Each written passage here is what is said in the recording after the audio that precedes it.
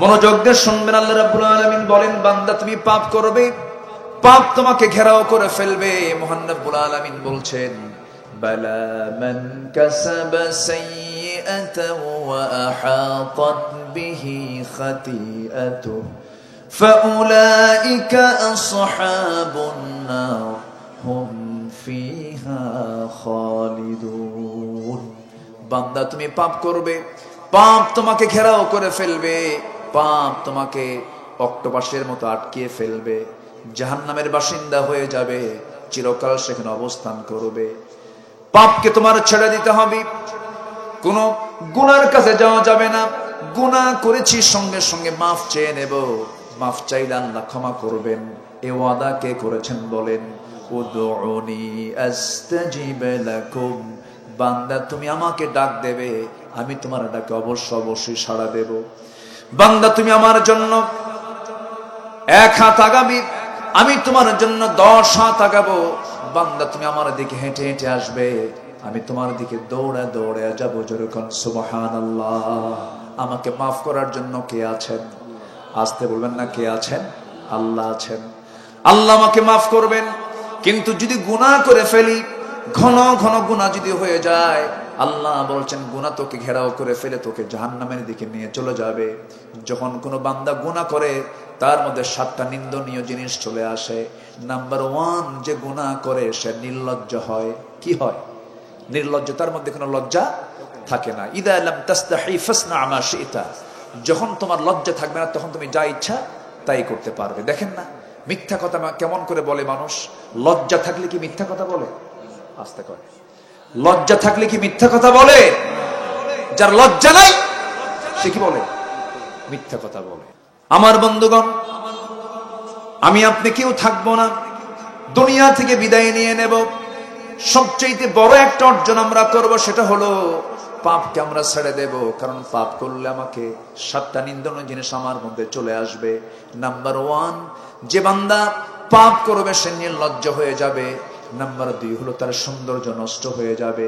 Number 3 সে রোগাক্রান্ত হয়ে পড়বে। নাম্বার 4 তার রিজিক বরকত শূন্য হয়ে যাবে। নাম্বার 5 সবাই তাকে ঘৃণা করবে। সামনে পেলে ভয়ে ভয়ে সালাম দেবে, আর মনে মনে বলবে চান্স পাইলে খাইয়া ফেলাম। কি কথা বুঝেন নাই? এরকম লোক আছে না নাই? বলেন তো আছে না নাই? নাম্বার 6 হলো অন্তরটা তার কালো হয়ে যাবে। ভালো ভালো মানুষগুলোকে ধরে এনে মেরে ফেলবে, হত্যা করবে, তার অন্তরে কোনো রেখাপাত করবে না, কোনো কষ্ট হবে না। নাম্বার 7 হলো ওই বান্দার দোয়া কখনো কবুল হবে না। এই জন্য পাপের কাজের দিকে আমরা যাব না। জোরে বলি ইনশাআল্লাহ, আরো জোরে বলি ইনশাআল্লাহ। আমার বন্ধুগণ, পাপ যে হবে না তা নয়, পাপ তো হতেই পারে। কোন বান্দার জীবনে পাপ নেই? পাপ তো হতেই পারে। কিন্তু পাপ করার পরে যে বান্দার চোখের পানি বের হয়, আল্লাহর সেজদায় পড়ে আল্লাহ কি বারবার বলে, আল্লাহ আমি তো আসামি তোমার কাছে, আল্লাহ তুমি আমারে মাফ করে দাও।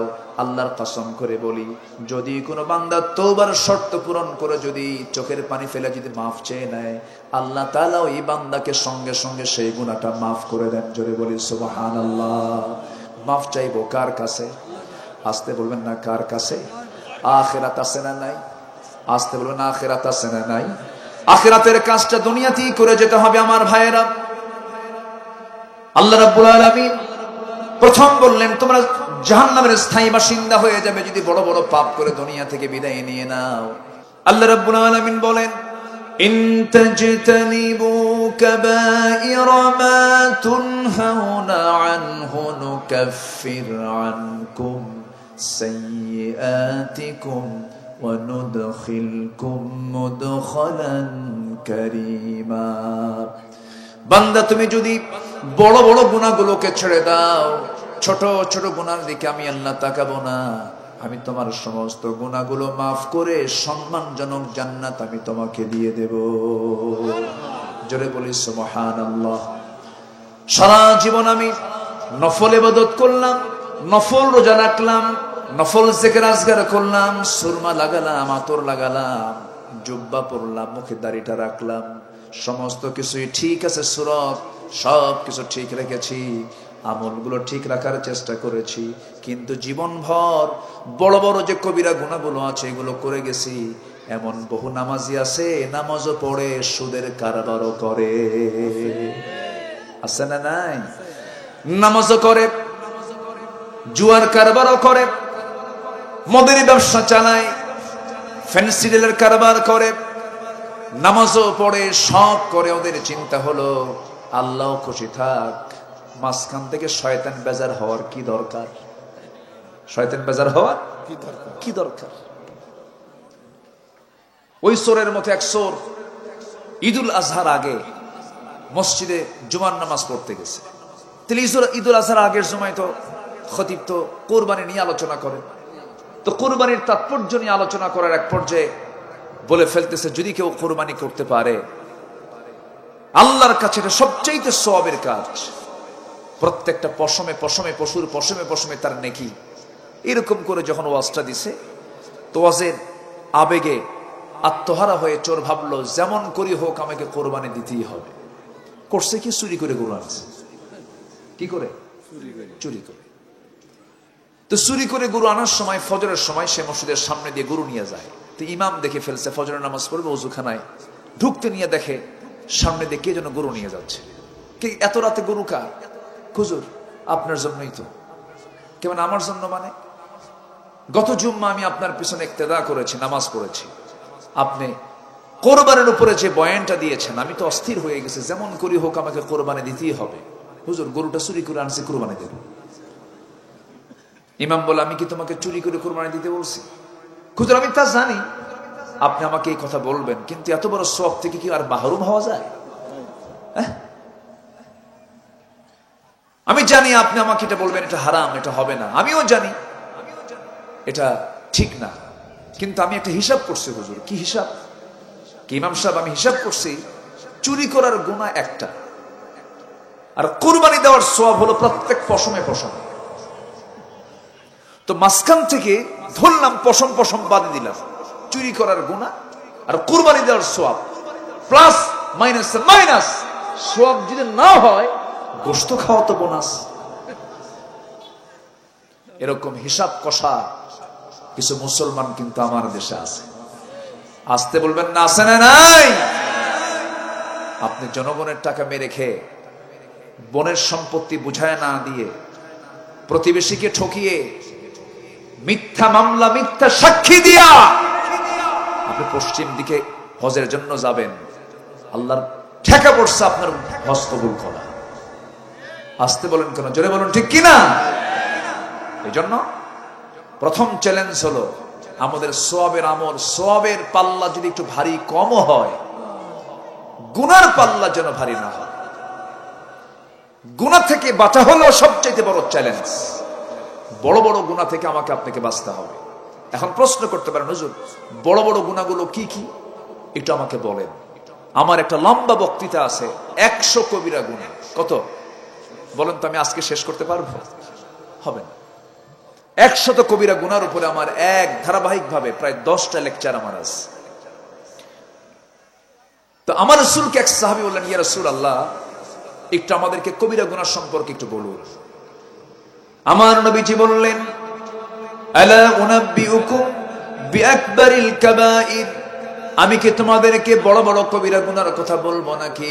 রাসূল বললেন, যখন সাহাবায়ে কেরাম বললেন, ইয়া রাসূলুল্লাহ আপনি বলুন। আমার রাসূল বললেন, নাম্বার 3টা হলো সবচেয়ে বড় কবিরা গুনাহ। ওই হাদিসে 3টা বড় কবিরা গুনার কথা এসেছে। 1 নাম্বার হলো আশিরকু বিল্লাহ, আল্লাহর সঙ্গে শিরিক করা।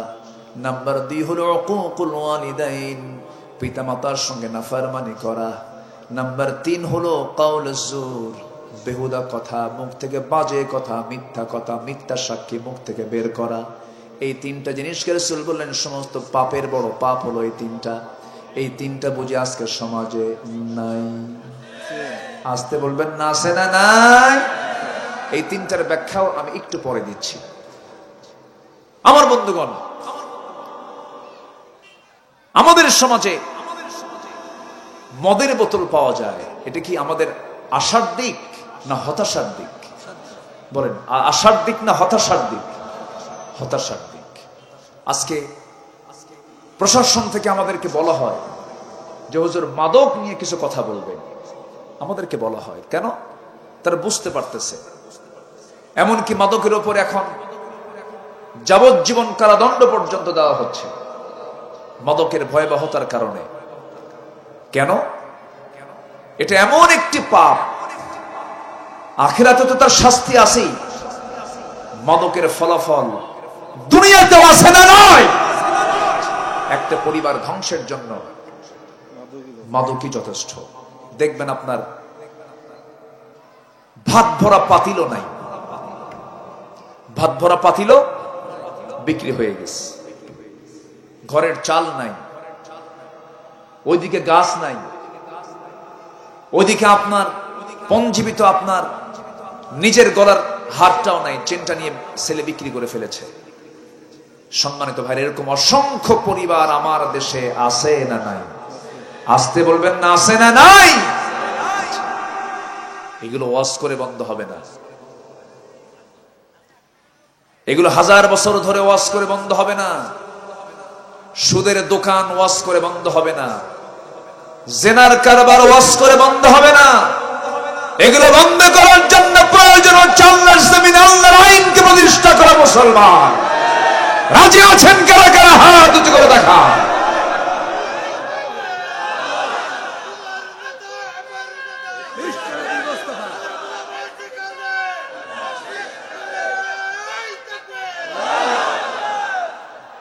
আল্লাহ তুমি সবার হাতকে কবুল করো, জোরে বলি আমিন, আরো জোরে আমিন। আমার রাসূল বলেছেন মদ হলো সমস্ত পাপের মা। সমস্ত পাপের মা কি? মদ। আল খামরু উম্মুল খাবাইস। যারা আলেম ওলামা আছেন, আল খামরু উম্মুল খাবাইস, মদ হচ্ছে সমস্ত পাপের মা। অথচ সেই পাপের যে মূল, এটাকে আমরা আজকে অ্যাভেলেবল করে দিয়েছি। 5 স্টার হোটেল চলার শর্তই হলো সেখানে মদের বোতল থাকতে হবে, সেখানে অবাধ যৌনাচার থাকতে হবে। নাইট ক্লাবে মদের বোতল কারা খায়? কোনদিন কোন নাইট ক্লাবে আপনারা কোন আলেমকে পাবেন না, হাফেজে কোরআনকে পাবেন না।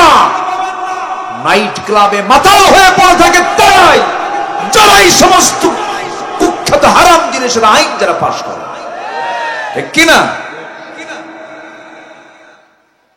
সম্মানিত ভাইয়েরা, আমার নবীজি যখন মদের বিরুদ্ধে কথা বললেন, আবু লাহাব কয়, মুহাম্মদ এগুলো বলে লাভ হবে না। আবু লাহাব কি নবীর ঘরের বাইরের মানুষ? কি পরিবারের বাইরে না পরিবারের ভিতরে? আবু লাহাব কে নবীর কি চাচা? বাবার বড় ভাই। বাবার তাহলে মানে কি? এটা কম সমাপ্তিও নাকি বলেন? আমার নবী বলেন মদ চলবে না, আবু লাহাব কয় মদ চলবে। রাসূল বললেন জিনা চলবে না, আবু লাহাব কয় এগুলো চলবে। রাসূল বললেন জিনা চলবে না, মদ চলবে না, জুয়া চলবে না, সব চলবে। এখন বলেন টক্কর আছে না নাই? দ্বন্দ্ব আছে না নাই? হুমকি ধামকি আছে না নাই? আপনি মদের দোকান তালা মারবেন, আপনারে হালে ছেড়ে দিবে? আসতে কয় আপনাকে হালে ছেড়ে দেবে? ওরা ভাবতেছে এটা আমার রুটি রুজি, আমার রুটি রুজিতে তুই লাথি মারবি, আমিও দেখে নেব। কিন্তু আল্লাহ তাআলা বলছেন হারামকে কখনো সমর্থন করা যাবে। আল্লাহ রাব্বুল আলামিন বলেন ইয়া আইয়ুহান নাসু কুলু ইয়া আইয়ুহান নাসু কুলু মিম্মা ফিল আরদি হালালান তাইয়্যিবা। হে মানব মণ্ডলী, তোমরা এই জমিনে যা কিছু খাবে হালাল এবং পবিত্র জিনিস খাবে, হারামের কাছে যাবে না। মদটা হলো নাপাক, মদ চূড়ান্ত নাপাক একটা পানীয়। মদের ফলাফল হলো সে সেন্সলেস হয়ে যায়, কোনটা মেয়ে কোনটা বউ সে চিহ্নিত করতে পারে না। মদ খেয়ে বাড়িতে ঢুকলো, কোনটা বউ কোনটা মেয়ে বোঝে না, কোনটা মেয়ে কোনটা বউ সেটা সে বোঝে না। কত বড় সমস্যা এটা! আমার বন্ধুগণ, অনেক মদারও নিজের মেয়ের সঙ্গে জেনা করেছে, এমন রেকর্ড আছে না নাই? আসতে বলবেন না, আছে না নাই? তার মধ্যে তো কোনো হিতাহিত জ্ঞান থাকে না। আমার নবীজি মদকে সমস্ত পাপের মা কেন বললেন? একটা এক্সাম্পল মনে পড়লো আমার। কোন এক বড় আল্লাহওয়ালা এক নগরে বসবাস করতেন। ওই নগরী একজন বড় আল্লাহর ওলির বসবাস, পাশাপাশি ওই নগরে একজন জঘন্য নারীর বসবাস ছিল, পতিতা নারীর বসবাস ছিল। পতিতা নারী মনে মনে চিন্তা করতেছে, জীবনে বহু পুরুষের জীবনকে নষ্ট করে দিয়েছি, এই আল্লাহওয়ালাকে একদিন ধরবো আমি, এই আল্লাহর ওলিকে আমি একদিন ধরে ফেলবো। এই চিন্তা মাথায় নিয়ে ফুসলা একদিন আল্লাহর ওলিকে ধরে ফেলেছে, ঘরের মধ্যে তুলে ছেড়েছে। ঘরের মধ্যে তুলে নিয়ে বলতেছে, শোনো আল্লাহর ওলি, এই নগরের বড় আল্লাহর ওলি, তুমি হয়তো আমাকে চেনো না, কিন্তু আমি তোমাকে চিনি। আমি তোমাকে আমার ঘরের মধ্যে ঢুকিয়ে ফেলেছি। আমি তোমার জন্য 3টা অপশন রেখে দিলাম। নাম্বার 1, এই যে মদের বোতলটা দিলাম। আমার দিকে তাকান, কষ্ট পাচ্ছেন নাকি আপনারা? এখানে কথা হয় কেন? কি সমস্যা? বসেন। হ্যাঁ, ও মেয়েদের হচ্ছে না, তাহলে লেডিস ফার্স্ট। হ্যাঁ হ্যাঁ, লেডিস ফার্স্ট, দেন দিয়ে দেন। আমি তো মেলাতে প্রচুর মানুষ দেখলাম। মেলা আছে না সাইডে? মেলা না কি বলে, দোকানপাট, প্রচুর মানুষ। হ্যাঁ, আবার ওইদিকে গদখালি নাকি কি কি শুরু হয়েছে নাকি শুনলাম। আচ্ছা, যা চলে চলুক, কিন্তু আমরা হারামের মধ্যে যাব না। রাজি আছেন তো? হারামকে আমরা সমর্থন করব না। জোরে বলি ইনশাআল্লাহ। আল্লাহর ওলি ওই চরিত্রহীনা নারীর ফিতনায় পড়ে গেলেন। তার সামনে 3টে জিনিস অপশন রেখে দিল। নাম্বার 1 হলো মদের বোতল রেখে দিয়েছে, বলতেছে এই মদের বোতল থেকে তোমাকে মদ খেতে হবে। এটা যদি না চাও আমার সঙ্গে জেনা করতে হবে। এটাও যদি না চাও, সামনে একটা শিশু আছে, এই শিশুকে তোমার হত্যা করতে হবে। তোমাকে মদ, জেনা অথবা তোমাকে খুন, এই 3টার যে কোনো একটা তোমাকে বেছে নিতে হবে। আল্লাহর ওলি মনে মনে চিন্তা করে, অসম্ভব, খুন তো করাই যাবে না, মস্ত বড় অপরাধ এটা। জেনা তো করাই যাবে না, জেনা করলে তো ঈমান থাকে না। কিন্তু মদের বোতল, এটাও হারাম কাজ, কিন্তু জেনা করব না, আমি খুনও করব না। মদের বোতল যখন পেয়েছে দেখে 1 ঢোক মারি। 1 ঢোক যখন মেরে দিয়েছে, ভাবতেছে এটা অল্প গুনাহ হবে, এখান থেকে আমি মুক্ত হয়ে যাব।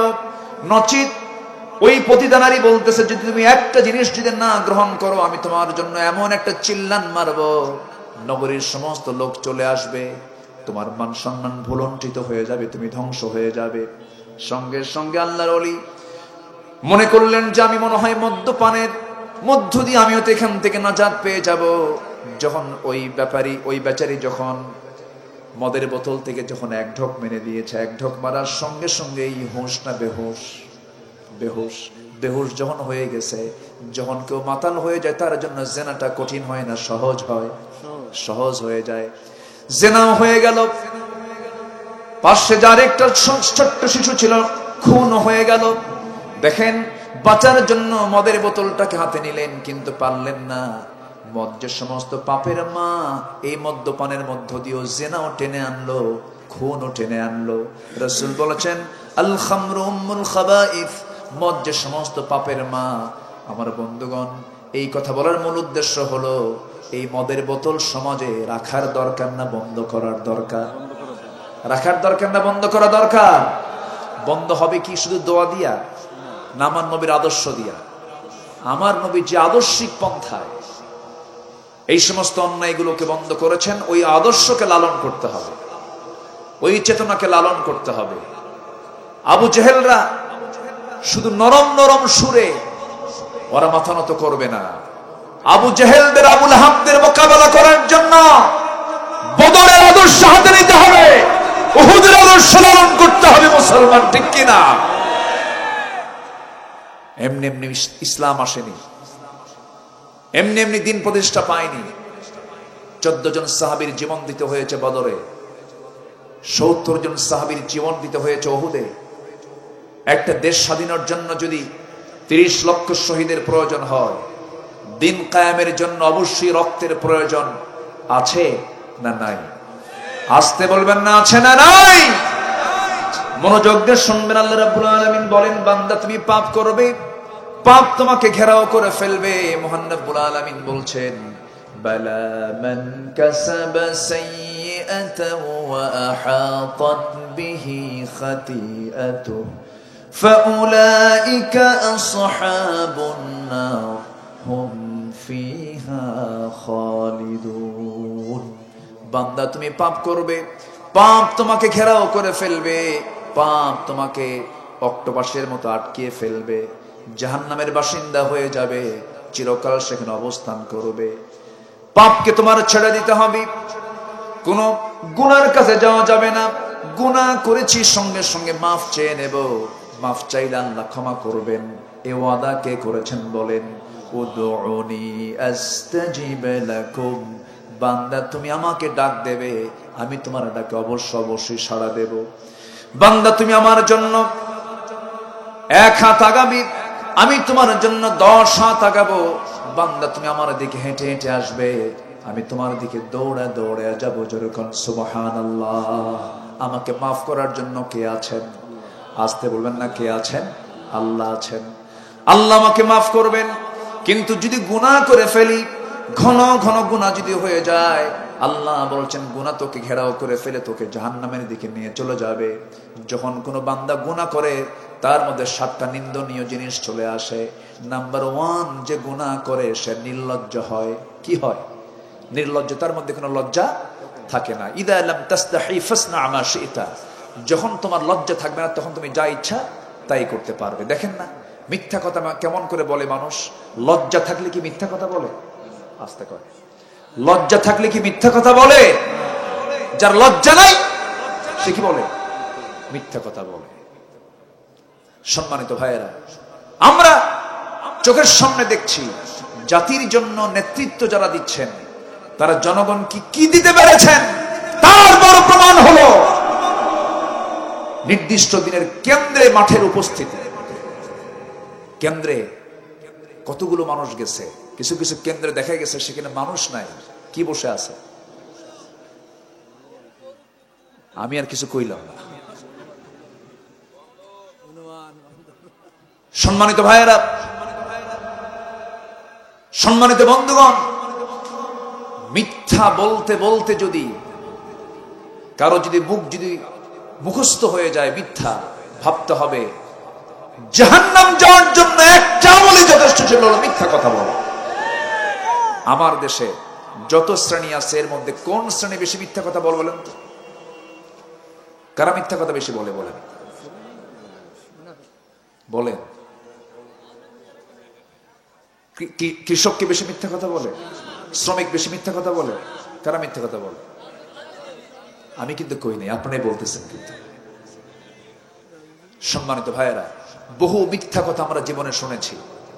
দেশ স্বাধীন হয়েছে 71-এ, আজকে 2024 সাল, 53 বছর। এই দেশকে এগিয়ে নেবার জন্য সবচেয়ে বেশি অবদান হলো কৃষকের। কৃষকরা কঠোর পরিশ্রমের মধ্য দিয়ে দেশকে এগিয়ে দিচ্ছে, অথচ তারা কিন্তু অশিক্ষিত। শ্রমিক অশিক্ষিত, দেশকে আগায় দিচ্ছে বৈষম্যের বেতন নিয়ে, তাও তারা তৃপ্তির ঢেকুর তারা ছাড়ে, অসন্তুষ্ট না। হাত থেকে মুখে আসে খাবার, এতটুকুই তারা সন্তুষ্ট। প্রবাসী, এই যশোরের কত প্রবাসী মালয়েশিয়া থাকে, সৌদি আরব থাকে, বছরের পর বছর বাপ মার চেহারা দেখে না, বউ বাচ্চারা চেহারা দেখে না, বিদেশ থেকে প্রবাসী রেমিটেন্স গুলো পাঠায়। অশিক্ষিত প্রবাসী, অশিক্ষিত শ্রমিক, অশিক্ষিত কৃষক, অশিক্ষিত। তারা দেশকে যখন এগিয়ে দেয়, দেশকে পিছিয়ে দেয় কারা? দেশকে পিছিয়ে দেয় কারা? এক শ্রেণীর শিক্ষিত নামের কলম চোরেরা, যারা সমাজে কোরআন প্রতিষ্ঠা দেখতে চায় না, ঠিক কিনা? তারা এইগুলো করে। সম্মানিত ভাইয়েরা, সম্মানিত বন্ধুগণ, সব ঠিক হয়ে যেত, শুধু জনপদে দরকার হলো কার বিধান? আসতে বলবেন না কার বিধান? দুনিয়াটা আলোকিত হয় কার সূর্য দিয়া? বলেন কার সূর্য দিয়া? এই জমিনের উর্বরতা শক্তি কার? আসতে বলবেন না কার? 7টা সমুদ্র কে বানিয়েছেন? পৃথিবীর সব সৃষ্টি আল্লাহর গুণগান গায়, কিন্তু বান্দা নাফরমানি করে। খালি বান্দার সমস্যা, তাছাড়া কোনো প্রাণীর সমস্যা নাই। আশ্চর্য হবেন, একটা প্রাণী আছে জলভাগের এবং স্থলভাগের মধ্যে সবচেয়ে বড় প্রাণী তিমি মাছ, নীল তিমি, যার হাড়ের ওজন হলো 600 কেজি। হাড়ের ওজন কত? হাড়ের ওজন যদি হয় 600 কেজি, তাহলে ওর ওজন কত কম? একটা হাড়ের ওজন, তিমি মাছের হাড়ের ওজন হলো 600 কেজি, মানে একটা ট্রাক। যে প্রতি মিনিটে হার্টবিট হয়, তার হৃদস্পন্দন হয় প্রতি মিনিটে 8 থেকে 10 বার। এই হৃদস্পন্দন, হার্ট যে বিট হয়, হৃদস্পন্দন যে হয়, কম্পমান যে হয়, এটার আওয়াজ শোনা যায় 4 মাইল দূরের থেকে। কয় মাইল দূর থেকে? 4 মাইল দূর থেকে। ওই তিমিকে সকাল বিকাল পেট পুরে খাওয়ান তিনি কে? আসতে বলবেন না তিনি কে? আবার বাবুই পাখি কি সুন্দর করে ওই তাল গাছে বাসা বাঁধে, কি সুন্দর তার জীবন, লাইফ স্টাইল। পৃথিবীর কোন রাজা প্রেসিডেন্টরাও এত আরাম লাইফ তাদের জীবনে থাকে না, এত সুন্দর তাদের উন্নত জীবনযাত্রা, জীবনের স্টাইল, লাইফ স্টাইল। সে কি স্থলভাগে চলে না আকাশ পথে চলে? বলেন তো কি পথে চলে বলেন? 24 ঘন্টা ওর বাসা ছাড়া সর্বক্ষণ সে কোন পথে চলে? আকাশ পথে। আমরা কি চলি? কোন রাজা চলে এরকম? বাবুই পাখির মতো কি ক্ষমতা আছে সর্বক্ষণ বিমানে চড়া? বাবুই পাখি কিসে চড়ে বলেন? আকাশ পথে চলে।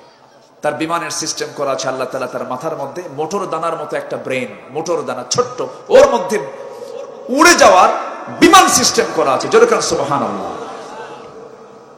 পাখিকে সামনে এনে বিজ্ঞানীরা বিমান আবিষ্কার করেছে। যেরকম সুবহানাল্লাহ।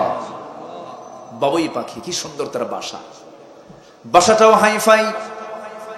এই যে বিগত কয়েক বছর ধরে সিডর গেল, আইলা গেল, ফণি গেল, বুলবুল গেল, কত কি গেল, আমার আপনার বাড়িগুলো সব ভেঙ্গে চুরমার হয়ে গেছে। কয়রা এখনো চিহ্ন হয়ে আছে, পায়ে গেছে এখনো চিহ্ন হয়ে আছে। কিন্তু বাবুই পাখি সে তার সুন্দর বাসা বানিয়েছে তাল গাছে। তাল গাছও ঠিক আছে, ওর বাসাও ঠিক আছে। যেরকম সুবহানাল্লাহ। কেন? কি জন্য? এর কারণটা হলো বাবুই পাখির জিকির আছে না নাই বলেন? আসতে বলবেন না আছে না নাই? ওর জিকিরে কোনো সমস্যা নাই, ওর কোনো খাদ্য গুদামও লাগে না। সকালবেলা ওর বাসার মধ্যে কোনো খাদ্য গুদামও নাই, কোনো খাবার মজুদও নাই, সে কোনো টেনশনও করে না। সকালবেলা খালি পেটে ঘর থেকে সুন্দর করে বিমানটা অন করে ফেলে, বিমানে চড়ে সারাদিন ধরে আল্লাহর জিকির করে, খাবারগুলো অনুসন্ধান করে করে খাবারগুলো নিয়ে পেটে তুলে, ভরা পেট নিয়ে আল্লাহর জিকির করতে করতে তার বাসায় প্রবেশ করে। যেরকম সুবহানাল্লাহ। কোন প্রাণীর মধ্যে গন্ডগোল নাই, জলভাগে গন্ডগোল নাই, স্থলভাগে মানুষ ছাড়া কোন প্রাণীর মধ্যে গন্ডগোল নাই। কিন্তু মানুষের মধ্যে গন্ডগোল কেন? খাদ্যের সমস্যা, নেতৃত্বের সমস্যা, কত কি সমস্যা। এই সমস্যার জন্য সবচাইতে বড় কারণ হলো সম্পদের অভাব না বন্টনের অভাব? বলেন কিসের অভাব?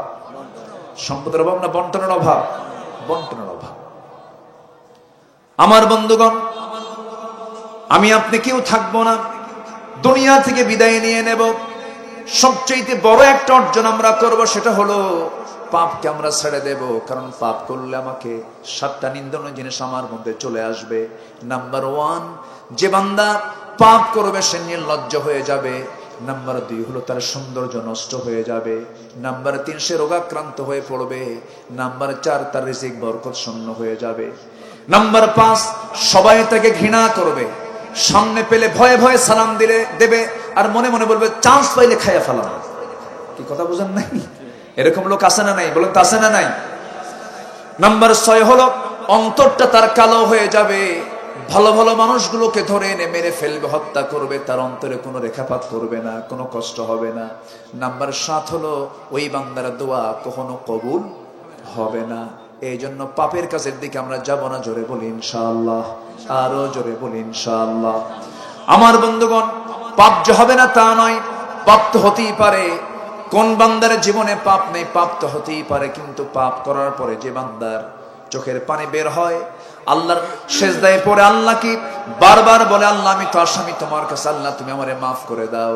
আল্লাহর কসম করে বলি, যদি কোনো বান্দা তওবার শর্ত পূরণ করে যদি চোখের পানি ফেলে যদি মাফ চেয়ে নেয়, আল্লাহ তাআলা ওই বান্দাকে সঙ্গে সঙ্গে সেই গুনাহটা মাফ করে দেন। জোরে বলি সুবহানাল্লাহ। মাফ চাইবো কার কাছে? আসতে বলবেন না কার কাছে? আখিরাত আছে না নাই? আসতে বলবেন না আখিরাত আছে না নাই? আখিরাতের কাজটা দুনিয়াতেই করে যেতে হবে আমার ভাইয়েরা। আল্লাহ রাব্বুল আলামিন প্রথম বললেন, তোমরা জাহান্নামের স্থায়ী বাসিন্দা হয়ে যাবে যদি বড় বড় পাপ করে দুনিয়া থেকে বিদায় নিয়ে নাও। কিন্তু এরপরে তিনি আশার বাণী দিচ্ছেন। আল্লাহ বলছেন, ওয়াল্লাযীনা আমানু ওয়া আমিলুস সালিহাতি উলাইকা আসহাবুল জান্নাহ হুম ফিহা খালিদুন। জোরে বলুন আল্লাহু আকবার। আমি কি শেষ করে দেব আলোচনা? যে ওঠে কেন দুই একজন করে? হ্যাঁ, ও প্রকৃতির কাজে যাচ্ছে। আচ্ছা, কি সুন্দর ভাষা, দেখেন কি সুন্দর একটা ভাষা বললো না? যশোর না? হ্যাঁ, যশোরের ভাষা তো মাশাআল্লাহ, এটা বেস্ট। বলি আলহামদুলিল্লাহ। বসেন। আল্লাহ তাআলা এবার আশার দিক তুলে ধরছেন, বান্দা পাপটা ছেড়ে দিবা, ইমানটা ভালো করে আনবা। ইমান আনা মানে কি মানুষকে ঠকানো? ইমানদার কি মানুষকে ঠকাতে পারে? ইমানদার কি মিথ্যা কথা বলতে পারে? ইমানদার কি আমানতের খেয়ানত করতে পারে? ইমানদার কি চুরি করতে পারে? ইমানদার কি প্রতিবেশীর সঙ্গে খারাপ আচরণ করতে পারে? ইমানদার কি হালালকে হারাম করতে পারে? কিন্তু আজকে তো ইমানদারের ভিতরে সবই ঢুকে আছে। দাবি করতেছে ইমানদার, নামই ইমান আলী, নাম কি? ইমান আলী, কিন্তু নামাজ পড়ে না। নাম হলো রমজান আলী, রমজান মাসে দুপুরবেলা ইফতার করে। আছে না এরকম? আছে না? নাম হলো আতর আলী, গোটা গায়ে গাজার গন্ধ। নাম হলো বাদশা মিয়া, ভিক্ষে করে খায়। নাম কি রাখছে? বাদশা মিয়া। কাম তো হবে না। ইমান আলী দিয়ে জান্নাত পাওয়া যাবে না, ইমান টানতে হবে ভালো করে। আল্লাহু আকবার বলেন। ইমান এনেছেন ওমরে ফারুক রাদিয়াল্লাহু তাআলা আনহু, ইমান এনেছেন সাইয়েদনা আবু বকর সিদ্দিক রাদিয়াল্লাহু তাআলা আনহু। কি ইমান তারা এনেছেন, কি ইমান তারা এনেছেন, কি জীবন তারা গড়েছেন। আইনটাকে আইনের জায়গায় রেখেছেন, নিজের বিরুদ্ধে রায় চলে গেছে মাথা পেতে মেনে নিয়েছেন। আইন সবার জন্য কি? আসতে হলো আইন সবার জন্য কি? সমান। এটা ইসলাম বলে দিয়েছে। কিন্তু আমার দেশ সহ গোটা পৃথিবীর অধিকাংশ জায়গায় কি আইন সবার জন্য সমান? আইন সবার জন্য সমান? ক্ষমতা যার, আইন তার, জোর যার, মুল্লুক তার। এটা কি ইসলাম অনুমোদন করে? সাইয়েদনা ওমর ফারুকের কথা আমার মনে হলো। দেখেন, তিনি নিজে একটা ঘোড়া কিনেছেন। কি কিনেছেন? ঘোড়া। ঘোড়াওয়ালার কাছ থেকে ঘোড়া কিনে সেই ঘোড়াটা নিয়ে উনি চলে যাচ্ছেন বাড়ির দিকে। লেনদেন হয়ে গেছে। আল্লাহু আকবার। কি মানুষ ছিলেন তারা! দেখেন ইমান কাকে বলে। দেখেন তো, ঘোড়াটা কিনে উনি টাকা লেনদেন করে চলে যাচ্ছেন। 4-5 মাইল যেতে না যেতেই ঘোড়ার 4টা পাই নষ্ট হয়ে গেছে।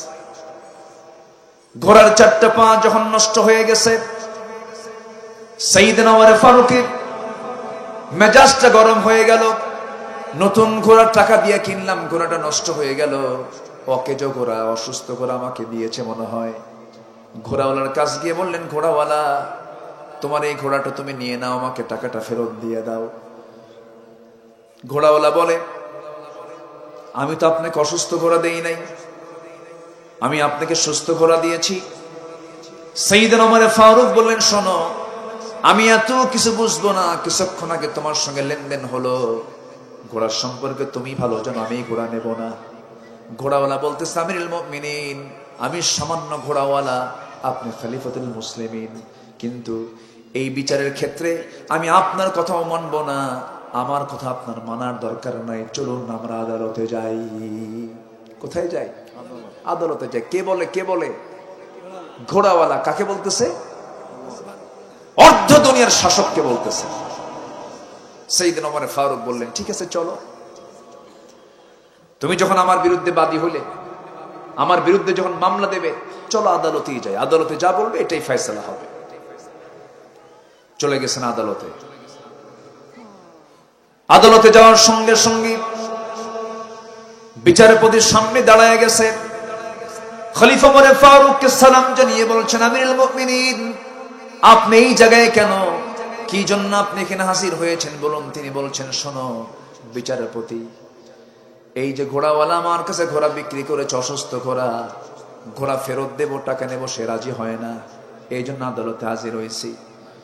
এবার তিনি বলছেন, আমিরুল মুমিনিন, আপনার কথা শুধু শুনে তো রায় দেওয়া যাবে না, ঘোড়াওয়ালার মুখ থেকে কতগুলো শুনতে হবে। ঘোড়াওয়ালার মুখ থেকেও তিনি কথা শুনলেন। দুপক্ষের কথা শুনে বিচারপতির আসনে বিচারপতি বসে কাজী শুরাই ইবনুল হারিস বলছেন, সাইয়েদনা ওমর ফারুক রাদিয়াল্লাহু তাআলা আনহু, আপনার নাম শুনলে রোম পারস্য থরথর করে কাঁপে। আপনি হচ্ছেন অর্ধ দুনিয়ার শাসনকর্তা।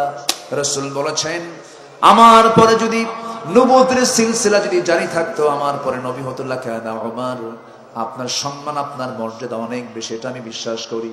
কিন্তু আপনি আমার কাছে আজকে যে বিচার নিয়ে এসেছেন, আজকের বিচারের রায় আপনার পক্ষে যাবে না। আজকে বিচারের রায়টা আজকে ঘোড়াওয়ালার পক্ষে চলে যাবে। তো জোরে বলি সুবহানাল্লাহ। কার পক্ষে যাবে? ঘোড়াওয়ালার পক্ষে যাবে। সাইয়েদনা ওমর ফারুক কিছুই বললেন না, বললেন, ঠিক আছে, একটু আমাকে বুঝায় দেন। বিচারপতি বুঝায় দিচ্ছেন, আমিরুল মুমিনিন, আপনি আমার সামনে বসে বসে কথা বলতেছেন, এখন 5 মিনিট পর 10 মিনিট পর আপনি সুস্থ থেকে আমার সঙ্গে কথা বলতে পারবেন, তার গ্যারান্টি কি? সুস্থ মানুষ যে কোনো সময় অসুস্থ হতে পারে, প্রাণ আছে যার, মৃত্যু আছে তার, যে কোনো মুহূর্তে একটা মানুষ অসুস্থ হতে পারে। যেমন আপনি ঘোড়া যখন কিনেছেন, লেনদেন ক্লিয়ার হয়ে গেছে, কেনা বেচা কমপ্লিট হয়ে গেছে, আপনার মালিকানায় যখন ঘোড়া চলে আসছে, আপনার মালিকানায় থাকা অবস্থায় ঘোড়া অচল হয়ে গেছে, অসুস্থ হয়ে গেছে, এটার দায় আপনি ঘোড়াওয়ালাকে দিতে পারবেন না।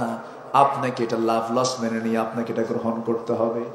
সাইয়েদনা ওমর ফারুক কোনো কথা বললেন না, আস্তে করে সেই জায়গা থেকে হাসতে হাসতে চলে গেলেন, নিজের বাড়িতে চলে গেলেন।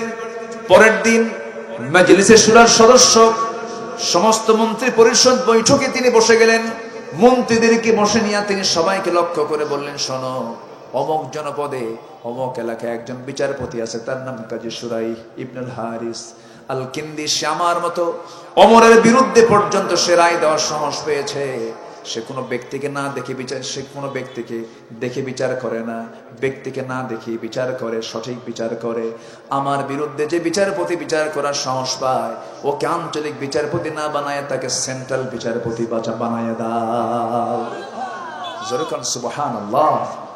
আইন সবার জন্য, আইন সবার জন্য। তাহলে ওমরের আদালতে, ওমরের শাসন আমলে শাসকের বিরুদ্ধে রায় গেলে সেই বিচারের প্রতি প্রমোশন হতো। আর আজকের দুনিয়ায় শাসকের বিরুদ্ধে রায় গেলে তাকে পাগলা বানায়া দেশ থেকে হিজরত করে আসা, ঠিক কিনা? এতটুকুই তফাৎ। আমার দেশে এখন চলে হক কথা না তেল মারা কথা, হক কথা না তেল মারা কথা, তেল মারা কথা। আর শুধু গান আর বাজনা। সংসদে 15 বছর যত গান শুনছে জাতি, সংসদে যে বেশি গান গাইছে, ওর গান গাওয়া বেশি হওয়ার কারণে এবার আর চান্স পায় নাই। ফাটাইছে বহু, এখন তুই বাইরে ফাটা। এও কয় ঠিক, হ্যাঁ, ও কইছে ঝোঁকে, তাই না? বুঝুক আর না বুঝুক, সমস্যা নেই। আজান হয়ে গেছে আরো 10-15 মিনিট আগে। আমি এসেছি এখানে অনেক আগে, কিন্তু আমি বুঝি না লোকজন আসতে একটু দেরি করে কেন। জুমার আজান হয় 12:15, 12:30, আর মুসল্লি হাজির হয় 1:29:29। এটা উচিত না। মাহফিলে একটু আগে ভাগে আসলে আমরাও আগে ভাগে উঠতে পারি। আবার দেখেন মাহফিলে অনেকের যিনি সবার শেষে আসছেন, তিনি কি আলোচনা কিছু বুঝবেন? বুঝবেন না। এখন ওয়াজ শেষে বলবেন, হুজুর কি ওয়াজ করলেন কিছুই তো বুঝলাম না, আসছে কিন্তু সবার শেষে। সম্মানিত ভাইয়েরা, যে যেখানে আছি আমরা কি উঠবো না? আমি এমন হুজুর না যে নামাজ পড়বো না। আমরা সবাই নামাজ পড়বো, জোরে বলি ইনশাআল্লাহ। এখানে জামাত হবে, নামাজ হবে, কেউ যাবেন না। আমাদের শেষ কাজ হবে হলো দোয়া।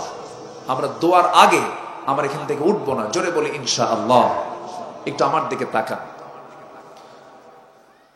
সম্মানিত বন্ধুগণ, সাইয়েদনা ওমর ফারুকের কথা বলছিলাম। তিনি যখন খলিফাতুল মুসলিমিন, পার্শ্ববর্তী দেশের এক রাজা, জাবালা নামে এক রাজা, সে ওমরা করতে আসছে। কি করতে আসছে? ওমরা। ওমরার পোশাক হলো দুইটা পোশাক, একটা হলো গায়ে, আরেকটা হলো অঙ্গে। জাস্ট নাভি থেকে একদম মানে গিরার উপর পর্যন্ত সেলাইবিহীন একটা কাপড়, আর গায়ে একটা কাপড়, এই দুইটা কাপড় পরতে হয়।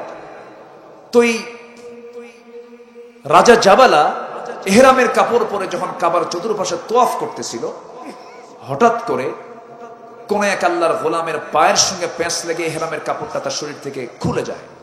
তো খুলে গেলেই প্রচন্ড খেপে যায় রাজা। হিতাহিত সে সেন্সটাকে আর কন্ট্রোল করতে না পেরে মারছে থাপ্পড় ওই ব্যক্তির গাল যেতে। তো ইহরাম অবস্থায় তো ফালা রাফাথা ওয়ালা ফুসুকা ওয়ালা জিদালা ফিল হজ, এই কাজ করা যাবে না। এই রিপোর্ট ওই আল্লাহর গোলাম দিয়েছেন ওমরের কানে। সাইয়েদনা ওমর, আমি একজন গোলাম হতে পারি, কিন্তু রাজা জাবালা আমাকে ইহরামরত অবস্থায় আমার গালে একটা থাপ্পড় মারছে। কি তাই? আচ্ছা ঠিক আছে, আমি এটা আমলে নিলাম। সাইয়েদনা ওমর ফারুক বলেন, জাবালা, তুমি আমার পার্শ্ববর্তী দেশের একজন রাজা বটে, কিন্তু তুমি আল্লাহর ঘর তওয়াফের সময় বড় একটা অন্যায় করেছো। কি? তুমি থাপ্পড় মেরেছো একজনের গালে। কি? সে তো একজন সাধারণ মানুষ, আমি একজন রাজা, আমি থাপ্পড় মারতেই পারি। সাইয়েদনা ওমর ফারুক বললেন, ইন্না আকরামাকুম ইনদাল্লাহি আতকাকুম, রাজার প্রজার ভিতরে আল্লাহর কাছে কোনো তফাৎ নেই। তুমি যেমন করে ওর গালে থাপ্পড় মেরেছো, ও তোমার গালে তেমন করে থাপ্পড় মারবেই মারবেই। এটাই বিচার। আল্লাহু আকবার বলেন। এটাই বিচার। এটার নাম ইসলাম। এটার নাম কি বলেন? ইসলাম। এটার নাম হচ্ছে ঈমান। এটার নাম কি বলেন? ঈমান। ইসলাম এমনি এমনি আসে নাই, আগে গুণ অর্জন করতে হবে। সেই গুণ আমরা অর্জন করব, জোরে বলি ইনশাআল্লাহ। নামাজ পড়বো কয় ওয়াক্ত? নামাজ পড়বো কয় ওয়াক্ত? 5 ওয়াক্ত নামাজ পড়বেন। কারা কারা একটু হাত তুলে দেখেন তো দেখি। জোরে বলি ইয়া আল্লাহ। আরো জোরে ইয়া আল্লাহ।